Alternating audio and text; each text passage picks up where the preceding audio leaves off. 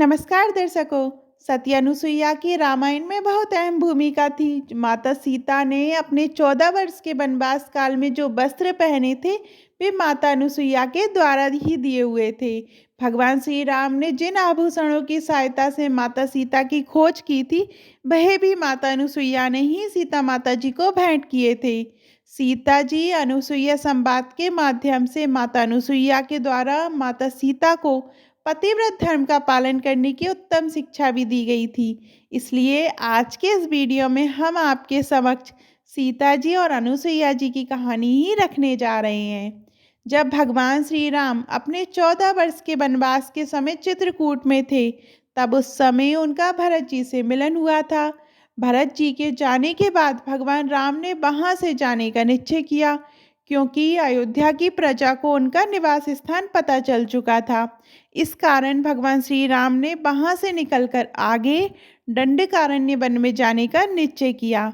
जब वे दंडकारण्य वन में पहुंचे तो वहां महर्षि अत्रि व माता अनुसुईया का आश्रम था।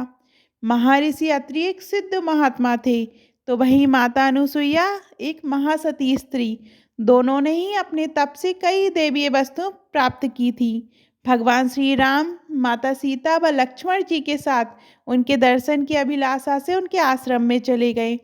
महर्षि अत्रि व माता अनुसुईया तीनों को वहां देखकर अत्यंत खुश हुए व उनका उचित आदर सत्कार किया।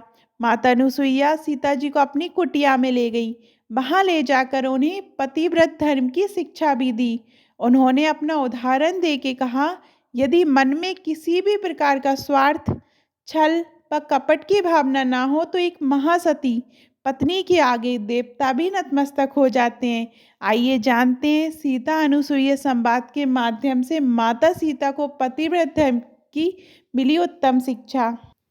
माता अनुसुईया माता सीता को अपने अनुभव से पतिव्रत धर्म का पालन करने की शिक्षा देती हैं।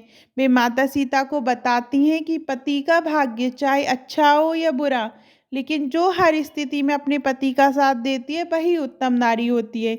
एक स्त्री के लिए उसका पति ही उसका बंधु, मित्र, हितकारी व सर्वस्व होता है।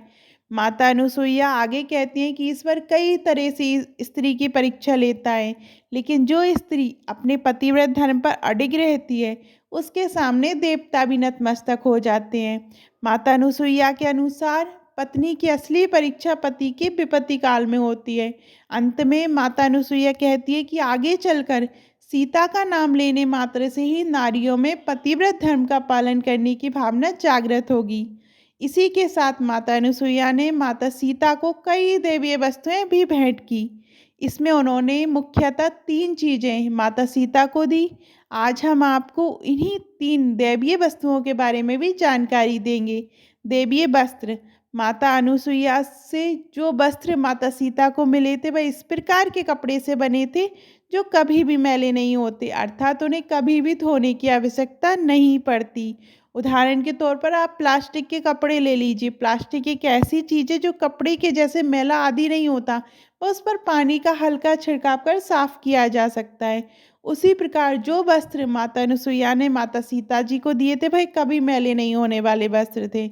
इन्हीं वस्त्रों को माता सीता जी ने अपने 14 वर्षों के वनवास के समय धारण किया था।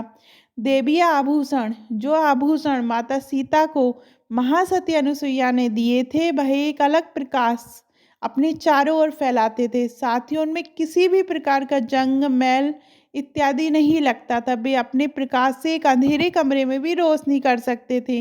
इन्हीं आभूषणों को माता सीता ने अपने अपहरण के समय रावण के पुष्पक विमान से नीचे फेंका था, ताकि राम जी व लक्ष्मण जी को उन्हें ढूंढने में सहायता हो सके।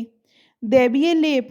साथ ही माता अनुसुईया ने दिव्य औषधियों का एक लेप माता सीता जी को दिया हुआ था। उस लेप को अपने चेहरे पर लगाने से बुढ़ापा नहीं आता, व त्वचा हमेशा यौवन अवस्था में बनी रहती है।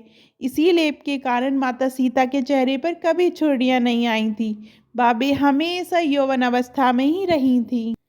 इस तरह से आज आपने जान लिया कि माता सती अनुसुईया की रामायण में कितनी अहम भूमिका थी।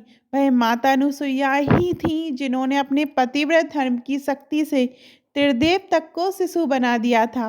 ऐसे में रामायण में उनके द्वारा माता सीता को उपदेश देना और उन्हें दैवीय वस्तुएं भेंट करना एक अहम पड़ाव था। आपको माता सीता और माता अनुसुईया संवाद की कहानी कैसी लगी कमेंट में ज़रूर बताइएगा। और अभी तक आपने हमारे चैनल धार्मिक चमत्कार को सब्सक्राइब नहीं किया है, सब्सक्राइब करिएगा। धन्यवाद।